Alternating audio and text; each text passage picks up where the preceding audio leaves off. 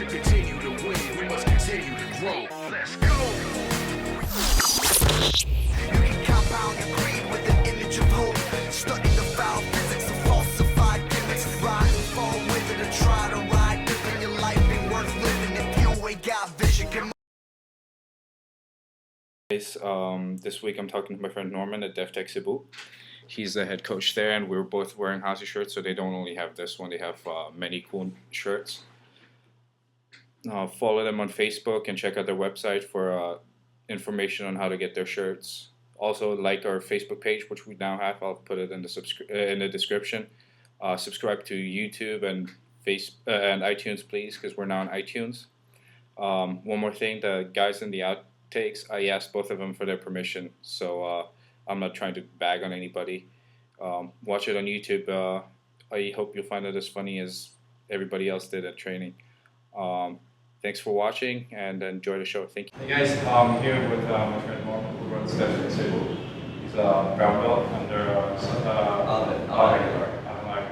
which is affiliated with San Diego. Norman runs a really tight ship, like really good gym, like a good team. When I first came to Cebu, I was like, okay, Beijing's got millions of people. And there's not a lot of people that train Jiu-Jitsu there.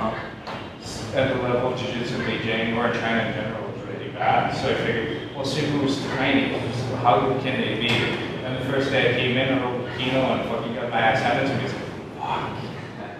You know, not a lot of people know this though, but I think outside of Japan, the Philippines actually has the second oldest Jiu-Jitsu scene in Asia. I mean, not a lot of people know that because some people would think that, hey, you know, I mean, it's a third world country, right? Probably go to some place like Taiwan or Thailand, some other country like that. They probably have a larger Jiu-Jitsu scene, but actually Jiu-Jitsu scene in the Philippines started in the 90s, way back, almost right after the UFC. It's probably because of huge fill-out population in the US and you can come back home and all that. No, I know the Philippines is really great for all kinds of martial arts. Oh yeah, definitely. You got a ton of people with stick fighting, knife fighting, people who do boxing, right? Manny Pacquiao is next week, I think. Yeah, fight of the century, right? Go figure, right? Yeah. So, apart from being the baddest in Jiu-Jitsu, brown belt, and everything, what else do you do? You're a stockbroker? I am a stockbroker. That's my day job. I mean, I run a desk in Cebu, and aside from that, well, between Jiu-Jitsu and my career, there's no time for anything else. How does it work? How do you do balance? Yeah, how do you balance the two out?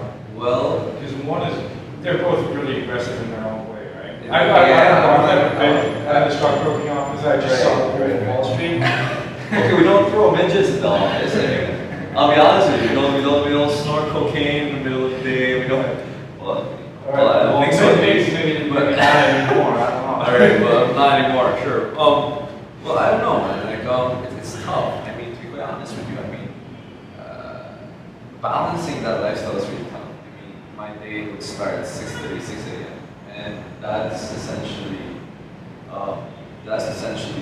when I wake up to use some paper, use feeds, and and that time up until 5, 6 o'clock, I am on the phone or I'm on emails, I'm on making trades, and sometimes it's a high pressure job. I mean, don't get me wrong. You have targets to meet, you have people to talk to, you have expectations to live up to, and after all of that, I just grab my gear or leave my gear in the car and just jump right over to jiu-jitsu training, and that's usually 3 hours of my day.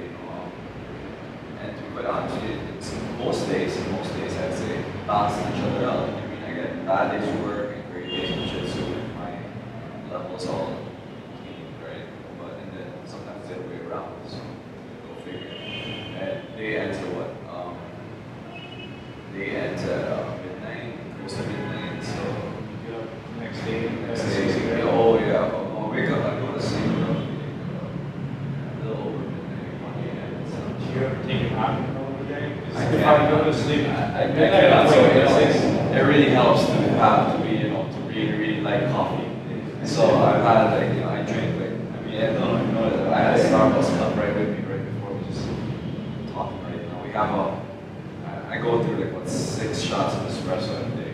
Damn. At least 6 shots. I'm not with coffee. My parents are really addicted, so my problem is that I don't want to be like them. So it takes them an hour in the morning with 4 cups of coffee to start having a good morning. I have a shitty morning for an hour, and then it starts getting better. So it doesn't really matter to me.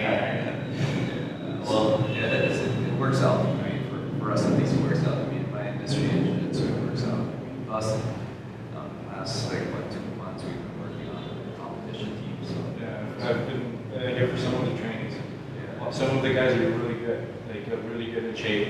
Like Jonas, there's a really big change in what he used to do. Like even 4 weeks ago, and then last week when I worked with him, he had me once, and I had to submit out. I had this pattern of thought in my mind. He's beating me once, I gotta submit him.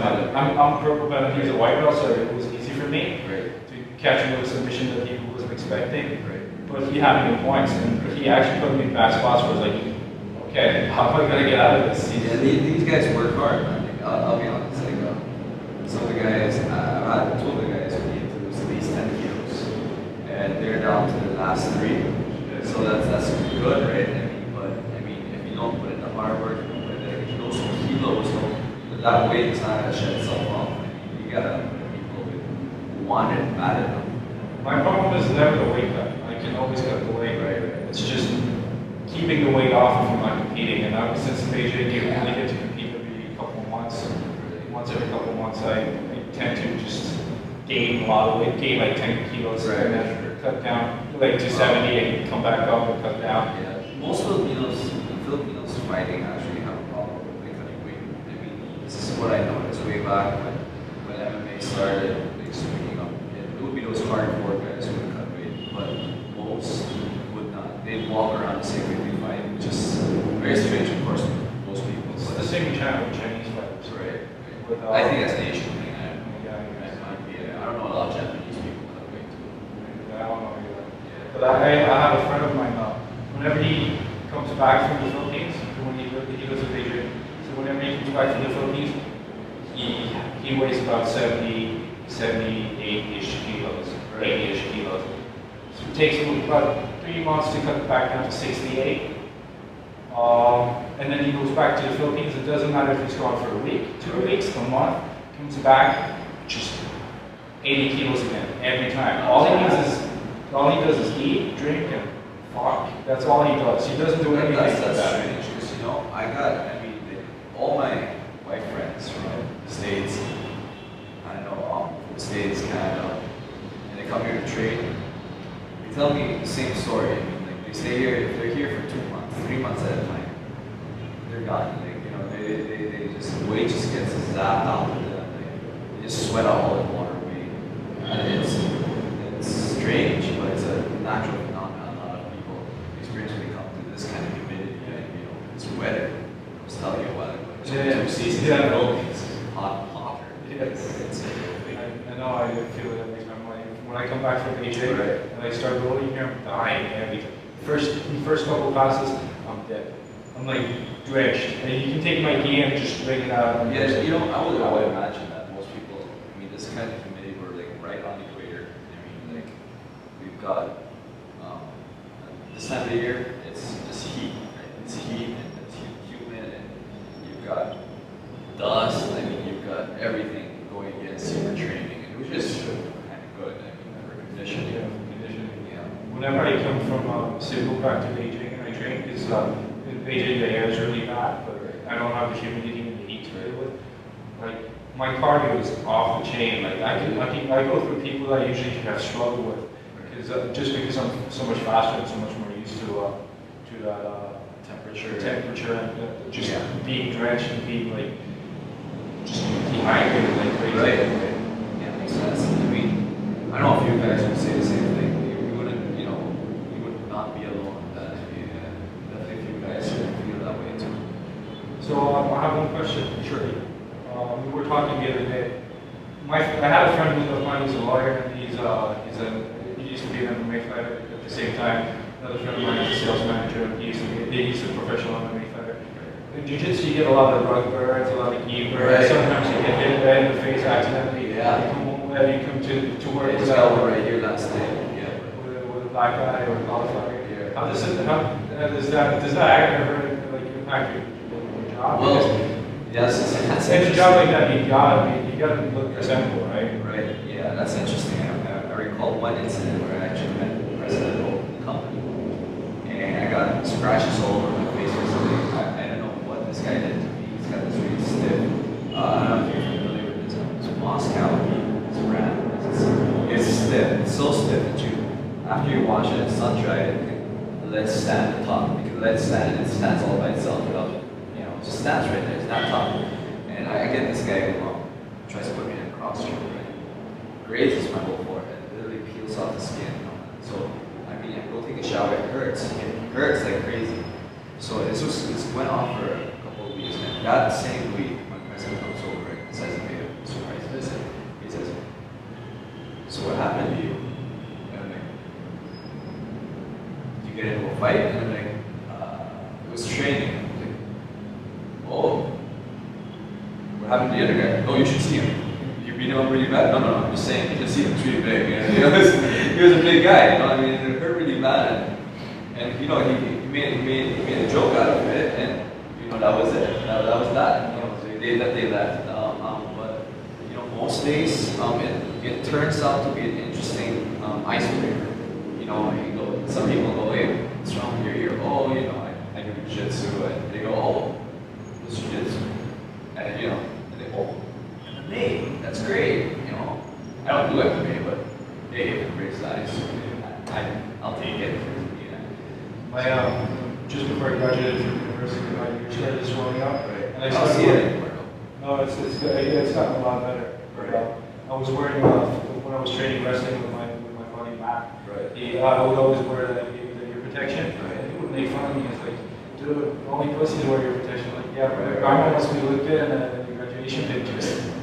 You know what? I recall that because actually my graduation picture actually has a picture of me in the cauliflower ear. Yeah, it does. It actually does. People don't notice that because back then, this cauliflower ear was just a lump, and it would actually sink. It was so heavy, it would actually sink right in one side. It was crazy was that this side, the doctor actually had to put a little hole in it and drain it. It was that bad, or that heavy. And after a couple of days, he said, give it a few days, go back to training after a week. And I'm like, oh, what the doctor said. Go back to training 3 days later, all over the mats of blood, but also all over the mats. It was nasty. I have So a I pretty, learned that I'm going to send a doctor. He starts saying, I had a pretty bad one here. I had a drink. First time I tried to drink it myself, and my friend was an emergency room doctor drink it for me. And he's like, all right, just stay away from training for a couple of days, like you said. I was like, all right, well, I won't train jiu-jitsu, but I might train Muay Thai. So I trained Muay Thai, got hit in the ear. It swelled up to the point where my ear was completely covered. So then he's like, okay, fine, I can't deal with this anymore. I'm an emergency room doctor. We're gonna get you an ENT doctor. So he got the ENT to come in.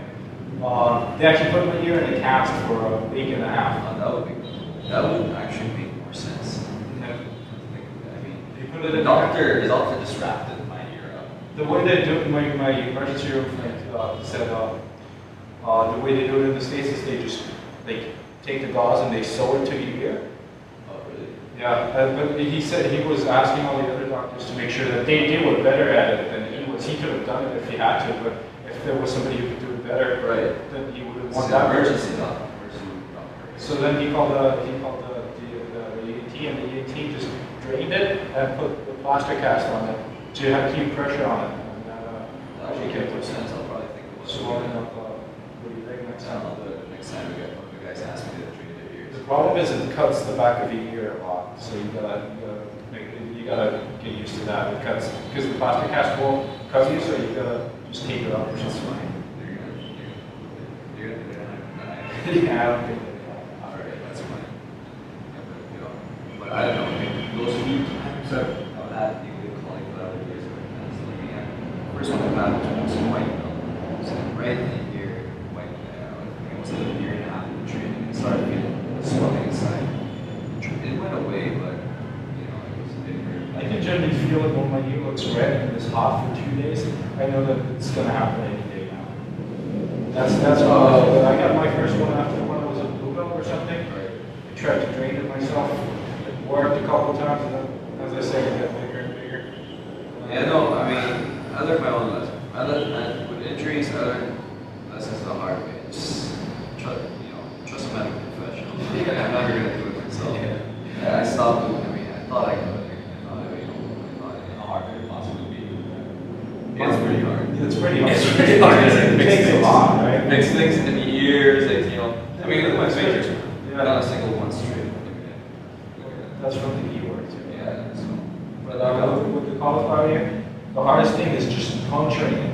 For the first time going through this game, you can feel it. Oh, I do it to the guys all the time. I just do it to somebody else, but you have to do it to yourself. Oh, no. You don't ever know that's when it's too deep. nasty. That's not. I don't want to do that to myself. I have no problem when somebody else does it to me, but when I have to do it to myself, it's... That's not good. No, it's not. That's not good. So, how did you get started? Oh. When did you get started? You've been doing jiu-jitsu for 11 years, yeah. I started, that's interesting. I started, well, I went to this gym. It's in a hotel. And every evening they have like mats laid out in the middle of this room that they have. It's like a dance studio. And it was like, they laid out mats. Then one night I stayed out a bit longer and I said, oh wait, that's pretty cool what they're doing. These guys with these, some of the big guys, some small guys. And, you know, you cannot really tell who had what.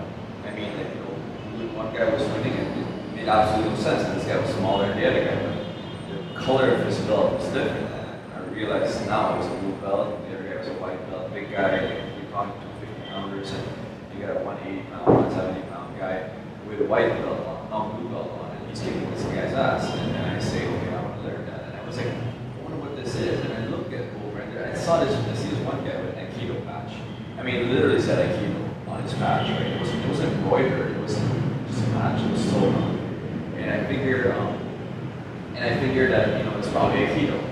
I said, oh, this is what Aikido is. No wonder it's so cool. No wonder so many people want to do this. And I go to the receptionist and I say, hey, I want to learn Aikido. And the receptionist just looks at me and just looks at the class and goes, okay, hey, come in, try it out one time, and you know, we can join the class. I'm like, all right, cool. So I just come back. I mean, like, you know, so I did all my research the night before and said, oh, you have these, it's a very traditional martial art, and skirts and all that. They call it, I don't really remember what they call it anymore. So I was so pumped up to join an Aikido class. I went in, and right away, it was like, well, so respected. I remember that article says Aikido was supposed to as a martial art that was respectable. Everything else was a martial art that, you know, not allowed.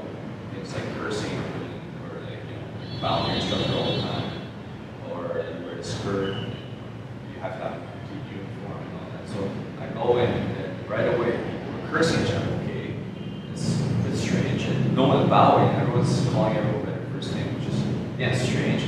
I said, what happened to all the skirts? And then, you know, next thing you know, they said, oh, no, it's not an Aikido class, it's JiuJitsu class. And I remember my first day, it was strange, because I felt that way. And this other guy, I guess, had a different impression of what JiuJitsu was. He came in with MMA gloves and a gi on, which was strange. I mean, he actually came in with MMA gloves and a gi on. I've never seen anybody train with it. I'm not kidding you. He came in with MMA gloves, and it was his first night too. So he got the wrong impression of what jiu-jitsu was too. I remember my instructor, his name's Christian Wong, he told the guy, take those gloves off right now.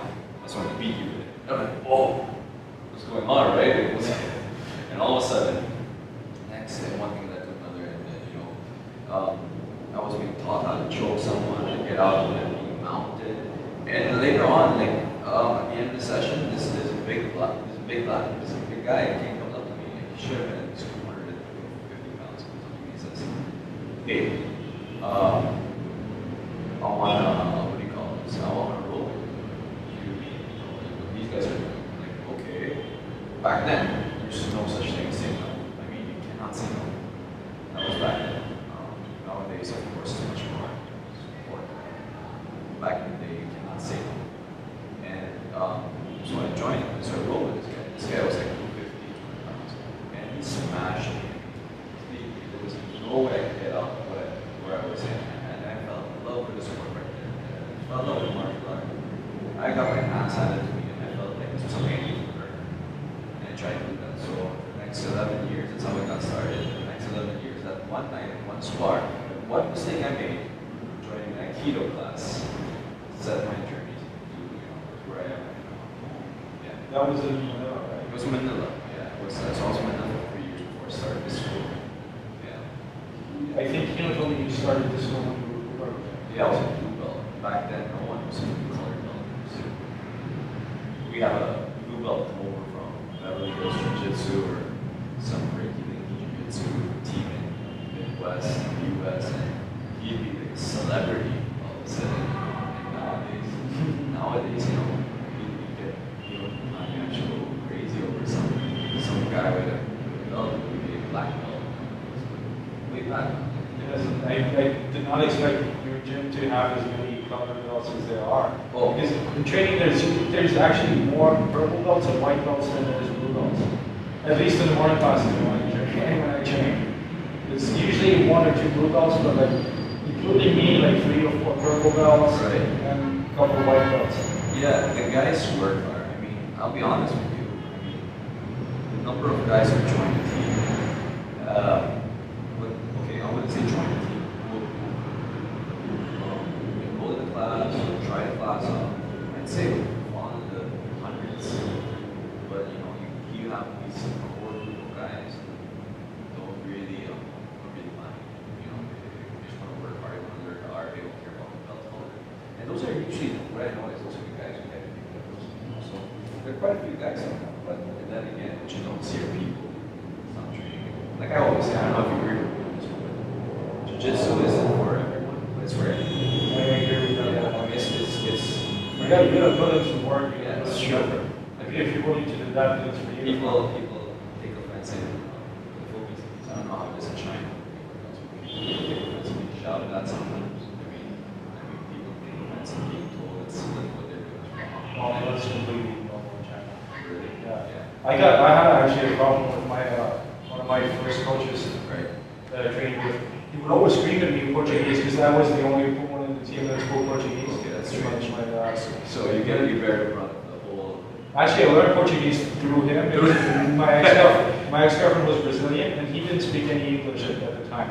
So I was in love with Jiu-Jitsu already, so I figured in order for me to learn Jiu-Jitsu properly, one of 2 things has to happen. Either he learns English or I learn Portuguese. Right. And since I don't see him learning English anytime soon, You learn Portuguese. Portuguese. Great. So I trained with him, and then once he came over to another team, I just came with him, and he would keep screaming at me in Portuguese. He would always scream shit like, control the hands, control the head. And at one time, I was just so sick of it. I think it was just after I got my blue belt. I thought I was getting really jiu-jitsu. So while I was rolling, he kept screaming, control the hands, control the head.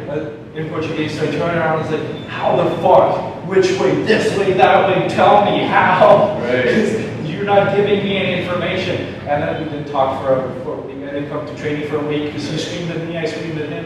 Didn't come to training for a week. I came back and everything was okay. He's like a big brother to me now.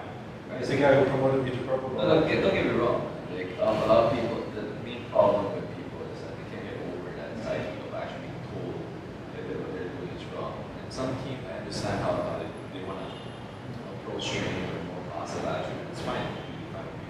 You know, to a certain degree, I agree that there's a need for positive reinforcement.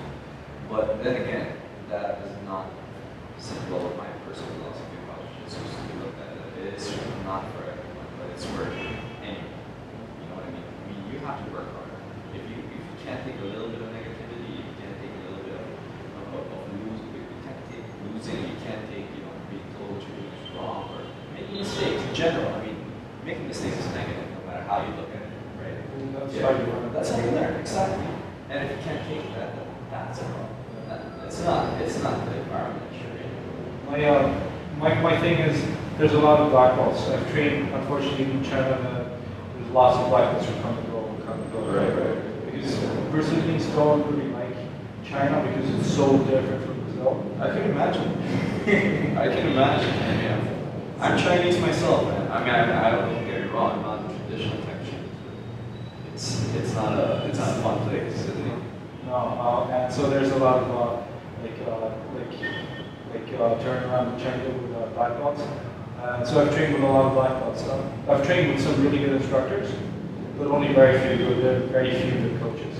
Because You mentioned that. yeah, we talked about this the other day, I think, where we have a lot of guys who are really good at teaching a technique. Some of them aren't as great as teaching a technique, but they come in, they teach a technique, they make you work hard for the class, Right. and then when it's time to roll, they're just sitting there and they're watching you.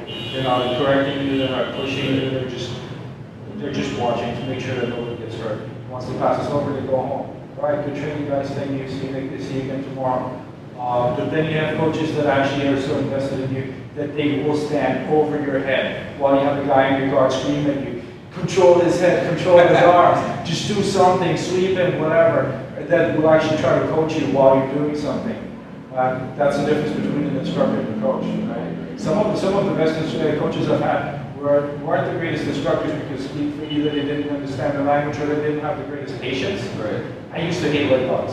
Right. Now it's That's strange. strange. Yeah. I would not have imagined that. No, I used to hate straight ankle locks because I didn't understand them. I didn't know how they work. I could never do them. Eventually, Jay actually taught me how to do a straight ankle lock properly. I figured out how to do it on my own, but then he gave me a couple tips, and now I'm pretty good at them. But I hated them, and my coach was always like, "No, this is how you do it." But first thing, my Portuguese is limited. Secondly, his English is limited, and he didn't have the nerves to teach me for the 15th time how to do it. So he would just scream at me, and I was like, "Ah, fuck this! I hate this! I'll never use this." Jiu-Jitsu works. I used to tell the guy it works in clicks. Like he just clicks, and all of a sudden things make sense. I mean, one person can interpret Jiu-Jitsu, can communicate the technique to someone in a certain way, and it would make sense to maybe 8 out of 10 guys. The other 2, it'll never make sense to them. But then somewhere in those 8 people, they interpret, how you do an ankle lock or some other technique in a different way, and it could make sense to those 2 people, but it won't make sense to the person who taught it originally. It just happens. There's just something, the way you communicate it or the way it's shown that. I try to actually use a lot of analogies and a lot of different ways of explaining it, just to make sure my students get it. But I sometimes have the problem, for example, guillotines. Right, sure. I attack them. Right. When I was a white belt rolling with other white belts, I would get them all the time Right. because they didn't know what was happening. I know the technique, I know how it works, I know what to look out for. I cannot finish a guillotine for the life of me. Against white belts, yeah, but anybody higher than the white belt, I get the guillotine, I usually just play with it until I get maybe a Doris or something else. Right. I keep it to control posture or whatever. I know how it works, I know how the technique works, I just don't have the feeling for it. And sometimes you just gotta train until you get that feeling for a technique. Right, yeah, that's true. I completely agree with you. Can I say sometimes it's just how it is, man. Some people are made for some techniques and some people Yeah, I aren't. mean, I love the guillotine. I love ankle locks. I love foot locks. I love foot locks. Yeah, I love foot locks. I would probably rate my shoulder locks to be on the bottom of my attacks. I would rarely ever get Kimuras and guillotines or any kind of choke. Like chokes is on top of my personal list. It's chokes and ankle and like foot locks. Give it I get pretty good with arm bars, triangles, and leg locks. Right. Bars and stuff like that. But my choke game is, I don't have the patience because I've exhausted my arm so many times just Right. yanking at it because I didn't have the right technique. I But know now what you're talking about. that now I'm cautious. I don't want to yank too much and too hard, so I give up too quickly. My friend always says, have confidence in your choke, eventually you'll get it. And nowadays, again, Jay, he's only a blue belt, but he's taught me a lot. Right. We're practically on the same level, it's just not had a black belt coach in a long time. So he's still a blue belt, but he could pass for purple belt. He's taught me so much when it comes to little things, like ankle locks and stuff like that. He always says, have confidence in your choke, eventually the ball will go in. Because they might be able to breathe for a couple of seconds, but your arms will be able to hold on a little bit longer. Great. So I keep trying, but sometimes I'm like, it's not there, but it's not where I know when I have it, and I know when I don't. I know when I'm close to having it, so I keep squeezing, but it's not there yet. So plus the guillotine is like a dicky move to train because you always brush the throat. Well, there are ways. I mean, like I've imagined like guillotines way back when I started. Well, early Marcelo days. team, like when I train with my friends, we always do Marcelo teams. After about 5 reps, everybody wants to throw up. You know what? It's strange. Like the early days, we used to explain to people that there is a blood choke and there is an air choke. And generally, this was way back in 2005, 2006. And they say a blood choke is something like a rear naked choke, and air choke would be something like a guillotine, where you're actually like, trying to attack and choke. And but you know, if you modify it properly enough, I've put a few people to sleep without them feeling it all. Like, you know, put a guillotine on and they don't feel it at all. They just go to sleep. It's happened quite a few times. So I would imagine that maybe it's the same way with how you felt about ankle locks way back. That there are times where you need to actually go back and revisit how to do it and hear from someone else. You know. Also, I need to practice it. That's the biggest problem. Yeah. I always feel like you think just crushing somebody's throat. Because with the Marcelo team, that's like what you're really going for. It's just pushing that out without moving, right? So I feel bad for the person I'm training with, and they do it on me. I don't like it either. So it's just fine. a condition that Like, I'll be honest with you. Like, I've always had this philosophy. Like, don't worry about it. Just go for it. The guy won't mind. The guy learns. They say, for instance, if I were a training partner, I learn just by understanding how you wrap your arm around my neck. It makes more sense to me. So I learn things. I understand that. I don't really mind, and my friends really don't mind.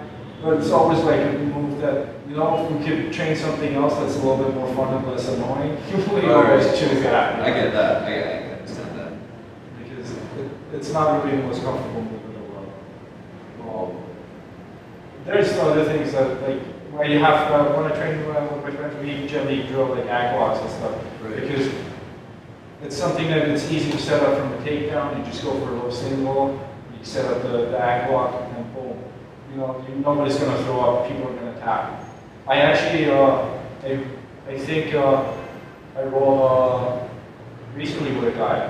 He was really exhausted, and I had him in the guillotine, of all things. Right. And he tapped, I let go, and about a second or two later, he starts throwing up. I'm like, Ooh, yeah. who is this here? Yeah, I think so, yeah. I don't want to name any names, you know. It's okay. I mean, if you want to name He was white belt. oh, you can tell me later. I'll tell you. Good. It's just. That's a funny story. I would think it was because it was the first day of summer or something. It's getting really hot.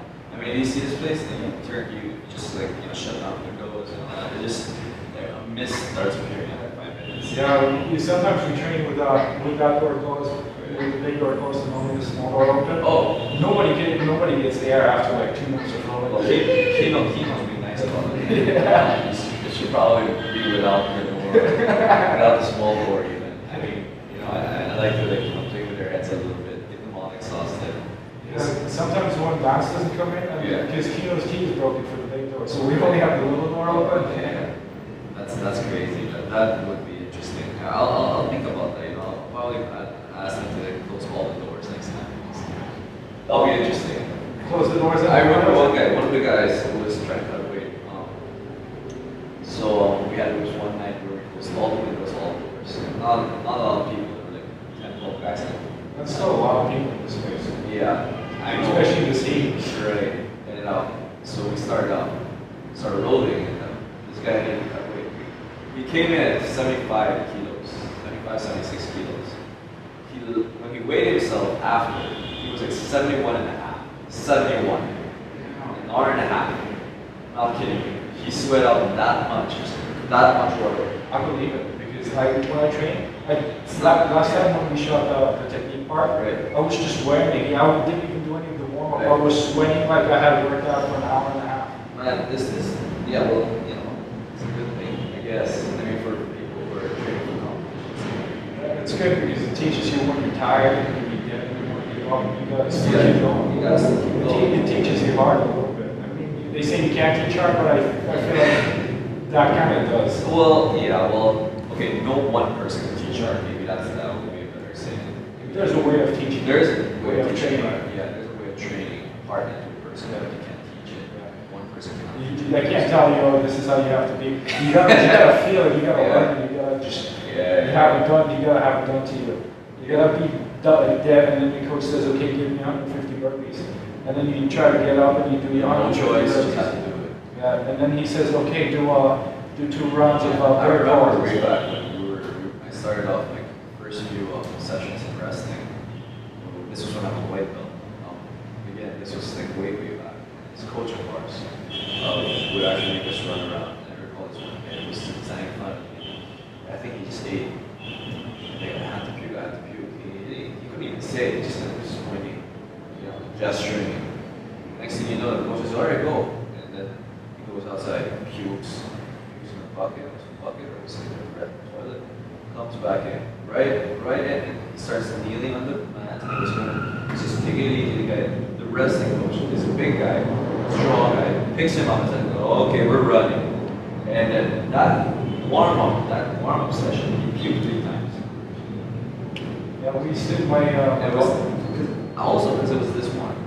yeah, my boss used to make this guy who's a Muay Thai world champion, and when he's fighting for a URCC title soon, I think. His name was Gerson. My boss used to make him just throw up just with the warm up, Right. just for because of the jiu-jitsu, just striking takedowns, striking takedowns.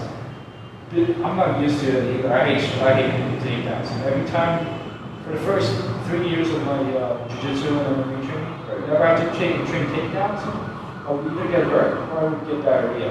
I don't know why. Something got not loose in the stomach. I don't know. Are you serious? Yeah, like every time I train takedowns, I ended up having to use the bathroom in a really urgent manner. That's pretty strange. Either I got hurt because somebody fell on me, or I got I didn't train wrestling a lot. But now it doesn't happen anymore. Last time I trained wrestling really hard was when my friends Matt and Jay really pushed me. Then we were doing like round robins. Right. I threw up and they made me go back in. Like I had to go like 3 or 4 rounds in a row or something. I think no, it was 2 or 3 in a row. I can't remember. But by the second round, this is what it was. It was 4 1-minute rounds. 1 minute, like you had two opponents, and you had to defend 1 round, attack 1 round, and then you switch opponents, defend 1 round, attack 1 round. After the first opponent, I was over, because I had gone through the circuit already. I was dead. I was completely out of shape. I went and threw up. I came back in. I went back out and threw up. I came back in and went back out. Threw up, washed out my mouth. But I kept training. And then I did like 1 more round and I died. And my friends were making fun of me ever since. See, those are good training partners. Yeah. See, they push you. See, those are good training partners. They push you and they joke about you actually screwing up. So you don't feel so bad about it after. No, it's good motivation. It's good motivation. My friend Matt is everyone needs a partner. I used to have training partners just like that too. They're some of my favorite training partners because Matt used to, he's a colleague collegiate wrestler in the States. So he started wrestling in middle school or something, all the way throughout college. Fucking shoots faster than I can look. Like literally he shoots for a single leg before I can even put my hand down to just as a reflex. That sounds awesome. I'm used to it now, but in the beginning I would just fly through the room. And then Jay is really good at leg locks, so those guys really pushed me. Also my old boss in Vince, we talked about him. Yeah. Whenever he would teach me, he would just make fun of me. He's like, whenever I had problems, because I thought I was a big shot. When I first started out with 40 time and all that stuff, I thought it was God's gift to fighting. And because I was like a typical 18-year-old, just thinking, oh, I'm so strong, I'm the best. Right. And so I thought, all right, let's do this. So I wanted to do everything the professionals were doing. And every time I ended up being sick, or I ended up not being able to do it, and Vince would just make fun of me. He'd keep pushing me, he'd keep pushing me, and eventually I was able to do it. Like one time, I finished the whole training, I was super happy. He's like, okay, give me 100 sit-ups, do 100 sit-ups. I was like, okay, I'm done, can I finish? I was like, give me another 100 sit-ups. So I do another 100 sit-ups, like, am I done now? He's like, no, give me another 100 sit-ups until I like, but that's how I Those are good training partners. I mean, again, they're the kind of training partners you need. I mean, you want to get good jiu-jitsu, you can have people push you. I realized that, like, most of the time, even though my partner, like my opponents in training, go really hard, I tend to go really easy. I let them dominate me, and then when they invite me, I don't ever force anything. I'm really lazy. But one of the times, one of my best roles with a black belt was when I pissed them off. Why is that? Because with my friends, I keep talking shit like Nick Diaz stuff. Like whenever they have my back and I feel their cup, it's like, is that your cup or you just happen to see me and stuff like that.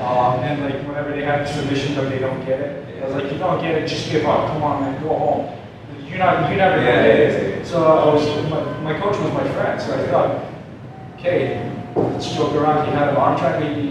It was hard to finish because of the gi, and my arm was tucked in and stuff. So you don't have it, just give up. And that's the last thing you need to say. You don't ever want to tell He's Brazilian. I was going to ask that next. You don't ever want to talk shit to the Brazilian coach. He got so angry that he actually threw me across the room a couple of times. Like he took me down so hard. I had to. It was the only time I ever swept him because I was so scared for my life. He actually, whenever I was on the ground, he dove in. And I was like, fuck. And I obviously didn't submit him, and he submitted me a couple times after the roll. He's like, next time you talk back to me, I'll put you to sleep. That's funny. I keep hearing stories like that all over the place. I hear a lot of Brazilian stories, like Brazilian black belt stories. That's the last time I talk shit to Brazilian while rolling. I mean, I do, with my friends, I still joke around a little bit. I've heard cool stories like that recently, really recently too. But I'm never gonna, I mean, I still with my friends and stuff, and some of them are black belts and they are from Brazil, but I train with them as training partners and not as coach. And the coach-student, like professor-student kind of relationship, there always has to be some respect. Like in that case, it was the last time I ever talked shit to him. I apologized for 15 minutes after class. But when I roll with my friends who are black belts, sometimes I talk shit, sometimes I make jokes. It's like, oh, I didn't get you with this, but next time I'll get you. Like, say I try to get him with a triangle or something. I'd be like, oh, next time I'll get you with the triangle for sure. Stuff like that. Don't mind if I'll go over that. He's not in the picture unless he wants to come in. You want to be on the podcast real quick? You want to be on the podcast? Come here real quick. Can you smile? All right. You dyed his hair. I don't know why you did that. Natural hair? No, it's not your natural hair. No, he dyed his hair. He figured he had nothing better to do with, when he dyed his hair. You notice how this color, hair color, his eyebrows goes black on Sunday. Build up the Saturday. Yes. I think he's trying to impress us new girl. Well, as long as it's for a girl, right? As long as you don't want to impress the guys. Yeah. Yeah, well, for us, it's pretty impressed. I don't know how that's going to pan out. Go figure. All right, you've been talking for 42 minutes already. Yeah, that was great. That's long, yeah. Thank you, man. All right, Thank you so much. We'll have you on the technique in the podcast right after this. Sure. And the role where you beat my ass. What? I always get my ass handed to me by people who are stronger than me. Maybe next time I'll go. I don't really want to be a little outside. I don't know, man. You're doing pretty well anyway. All right, thanks again. Thank you.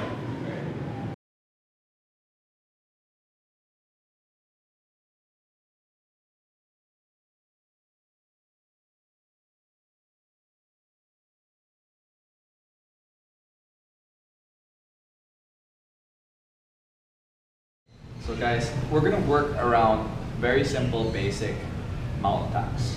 Now, mount attacks, I know some of you guys don't have geese, it's okay. I want you guys to partner up with people with geese.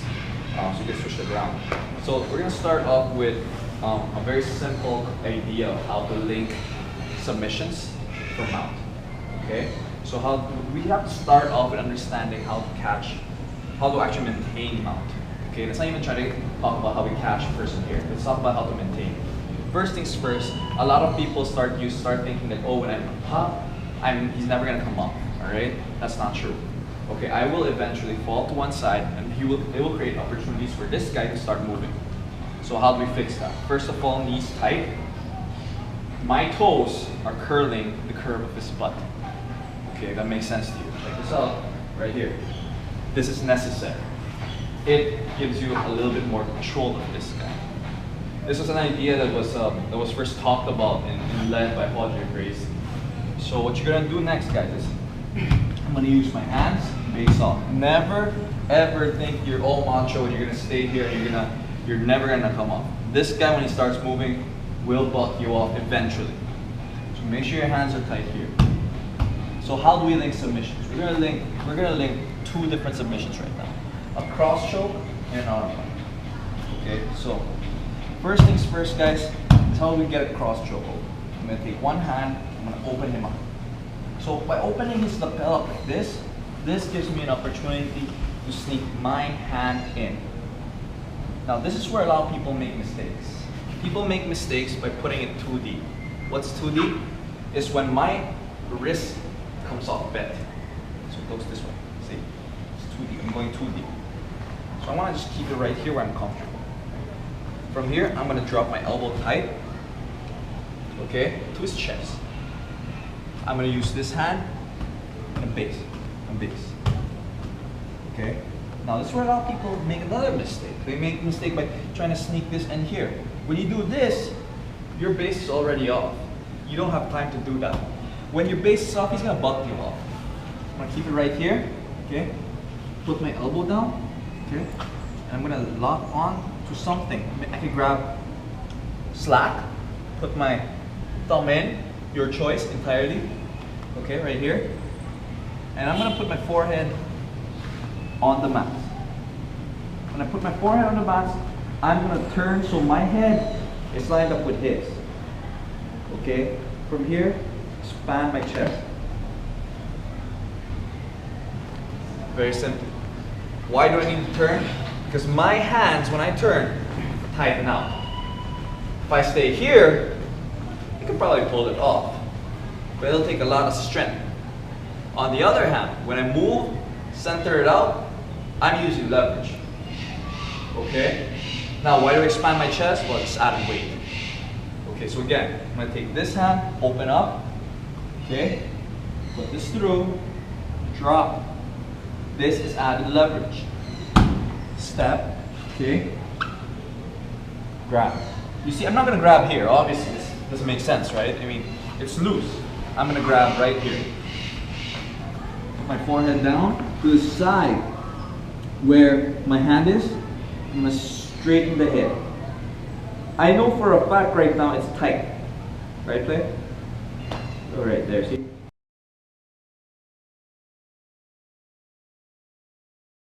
Again, here. Holds, okay? I hold on to this so it doesn't go anywhere. Okay? Because if I don't do this, I let go, he's gonna take this out too. Take his arm, take your arm out, take your arm out. There. What am I gonna grab, right? So I'm gonna keep it in place. There. There we go. Keep it right there. Okay? Pull him across. Base. Okay? Okay? Right here. Forward, to the side, put it over. Clear? Sit down.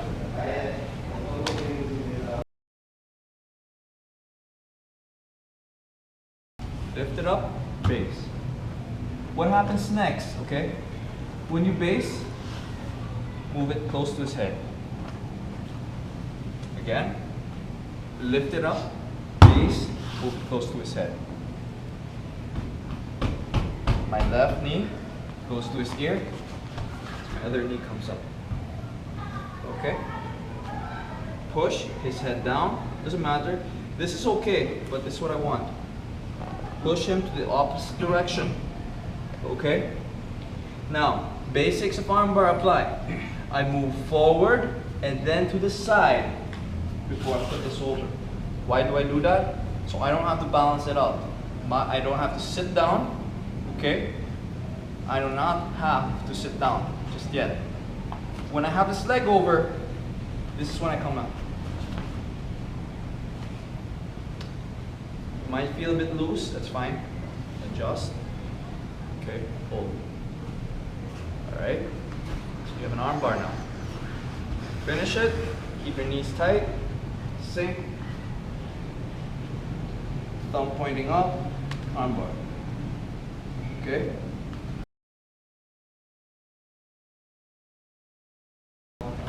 Guys, tip, again, I want to clarify, never ever make a habit of crossing your legs, okay?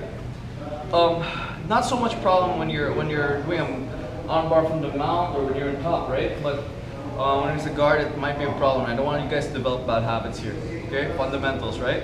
So right here, never cross your legs, okay?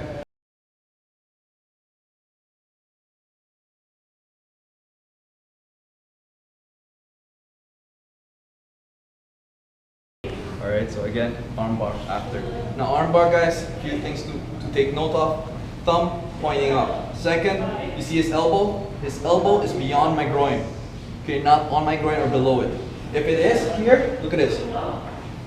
Cannot get him in an arm bar. I can't. If you ever get caught in a situation this way, just go ahead and grab his arm, pull it up, and go lower. Clear? Okay, let's do it one more time. Okay. Grab. Okay. So he's right here. He's protecting. Hold on to this. Hold on to this. Pull it across. There we go. Okay.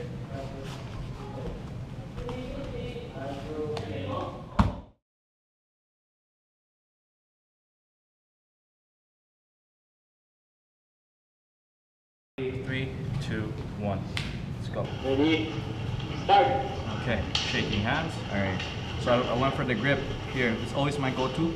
So I always want to go for that because I have three things I go for. One is, this is the first one I go for, is always tomonage. Yeah. If you push back, always go for tomonage. Definitely go for tomonage. Yeah, I was actually getting ready to shoot in and then I go flying already.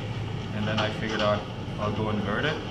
Well, that leg annoyed me a bit. Yeah, I got caught in there too. I mean, I knew it annoyed you, but it annoyed me a little bit too because it kept me from moving my leg over. Okay, so yeah, I felt like my legs Now I'm trying to were set up the knee being bar. worked with. So, alright, so I felt like the calf crush, there we go, Yeah. calf crush is coming in. Yeah. And then I figured that, you know, okay, I'll stay calm and see if I can attack something. If not, go for a pass. Oh, there we go. Yeah. There. Tried to set That's up what it is. Slid up. Stay there a bit. Figured out, like, you know, the balance and the weight and stuff. And Here I'm just trying to recover a little bit because I practically blew my whole load already. I was dead. I was literally, this was good for me. Like those couple of seconds where I could just relax. I'm not a balls to the wall kind of guy. right. Like, Okay. I go Now I hard see and then that I you're trying to relax. take my back, right? Yeah. Okay, so I bumped with my shoulder a couple of times. Yeah. There we go. That every single time. So I want to make sure that, you know, you're staying flat on the back. But I had to give you space because I didn't know. I didn't want to. I wasn't thinking about doing much else. And that's when you went for the key lock, right? Yeah, that's when I was trying to flip you over and get into Yeah, I side wasn't control. really sure what I wasn't really sure what you were trying to do, but I know if you got on top, then it would be you know, you'd probably get me a key lock. So that's why I started like locking down my legs. Yeah, here I figured I should keep holding on, but eventually let go because I didn't want to be stalling. I wanted to have something happening. I knew that you were gonna get an armbar after that, so I had to do something. All right. So what were you thinking about doing over there? I was just trying to. I was like, okay, I can't submit you, so let's just try to escape the armbar because I know it's gonna come. Now I know you were going for that, so I felt like your arm was a bit too far away, so I went for that bow and arrow because I didn't know it was right Yeah, there. you got that too. You got Oh that. wow! All right, I didn't know it was that tight. You got that gi magic. I'm completely oblivious to gi chokes. I mean, I know when I'm about to get gi choked, but I don't know how to do them. I don't recall this one. I think it's just when you go for a flying armbar. Maybe. I actually go for this sliding armbar thing because I don't ever Oh, want to okay. jump. You went for that. I'm not sure if you were trying to do a Shinya Aoki thing that you did on the MMA, but I'm trying to do like a reverse straight armbar. like a Russian tie, like a Russian thing. They call this Russian tie in wrestling, I think. Okay. But it doesn't really work with the gi. so it didn't Okay, work. there we go. That's right. Oh, and I went for the armbar back. I was Okay. really lucky getting out of that one. And this is Right when I went into for the the next one. triangle setup with I was going for a armbar after, right? Yeah, you were going for the armbar. I tried to hold you, but okay, no, I remember this now. I used my right hand and grabbed your opposite knee. There it is. And went for it. Yeah, locked you down with it. I tried to go for a toe hold there, but not on you. Doesn't work. It would work on weaker people. No, I probably just fucked up my arms. Okay, now I think this is when I went for the fireman's carry. Yeah, fireman's carry. I think, yeah. Yeah, I was actually shooting in for that earlier, but I didn't get it. And then you said. Oh, there we go. That's it. See, I was waiting for you to let go of that left arm of yours. And this is when I started using pressure because, to be quite honest with you, I was a bit tired there, so I just wanted to use a bit of pressure to just work with you. So, see, I was just being a bit lazy over there. Like whenever you see my legs cross over like that, I'm about to go inverted. And when I'm about to go inverted, I'm most likely going after your legs. I do try the sideboard tornado sweep sometimes, but most likely I'm going after a knee. And now I have both of your knees locked up. I was so happy when all was happening. I remember this. I was so happy. We were when going all nuts was with the knee bars and key locks and knee bars and toe holds and stuff, right? Yeah. Yeah.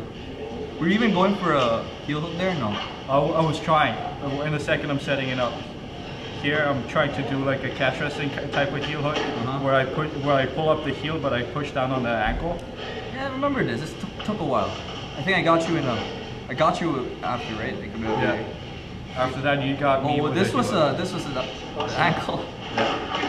I noticed. I realized that I can't get the ankle, so I gotta go back to the knee. Because the knee is like an armbar. Oh, that's why I scooted out. Yeah, I remember this. I scooted out because I felt like, oh, if I'm gonna stay there, I'm done. Yeah, might as well go for it. And now you're about to get my ankle. Oh, heel. Yeah, my heel. Yep. Yeah, that's the one. Yeah, that defense works really well on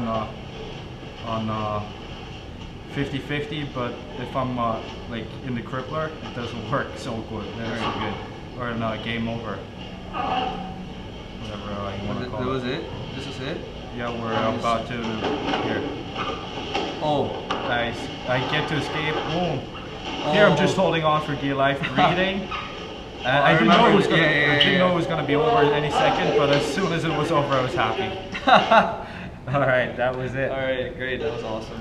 Okay, thank you, Norman. All right, thanks. I love rolling with you because we don't ever play by rules. I don't like playing with like restrictions. Right. This is awesome. Thank you.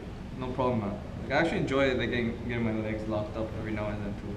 Yeah, with some of your guys, I have like some of the best leg lock exchanges I've ever had. Because you and Mikhail are almost impossible to leg lock. Yeah, you should. Yeah, Mandy's pretty tough to it, honestly. Like his leg locks are tough, really tough. Yeah. Oh well. All right. Thank you. No problem, man.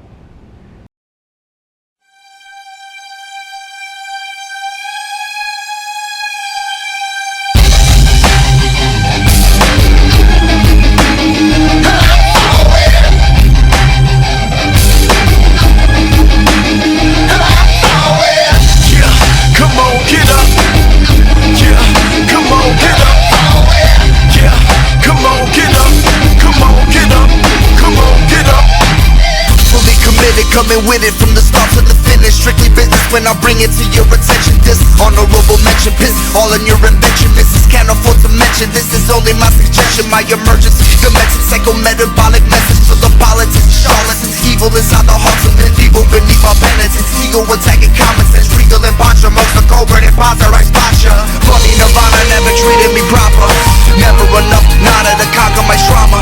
Lil shopper, horrors and calamity. Stop the insanity. Battling over control, ballad of tragedy shown. Balancing out with the cold, watch the story unfolds. Manifested when my destiny sold. Hold on. It's embarrassing. I'm fixing his belt. The knot is on my balls. No, the knot is on my nuts. There we go. Alright. But on my chest.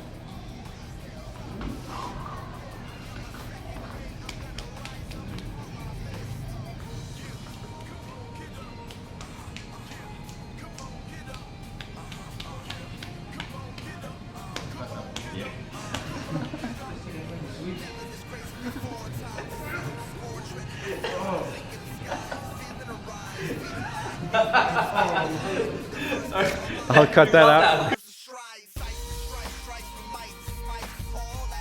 Grab the pill. Okay, grab it the toe. Keep my forehead down. See right here. Good.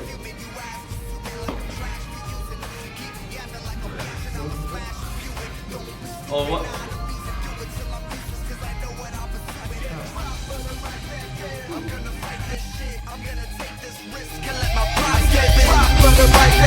Cause there's no question, I've been through worse, I can handle this. Get dropped, running right back in. Get dropped, running right back in. I got my second win, I'm gonna rise up and pump my fist. The way I sang this song, that's why I last this long. It was the pain that brought the way I sang this song, that's why I sang this song. It's for the pain I brought, this is the fate I saw. It was the pain that brought the way I sang this song, that's why I last this long. It was the pain that brought the way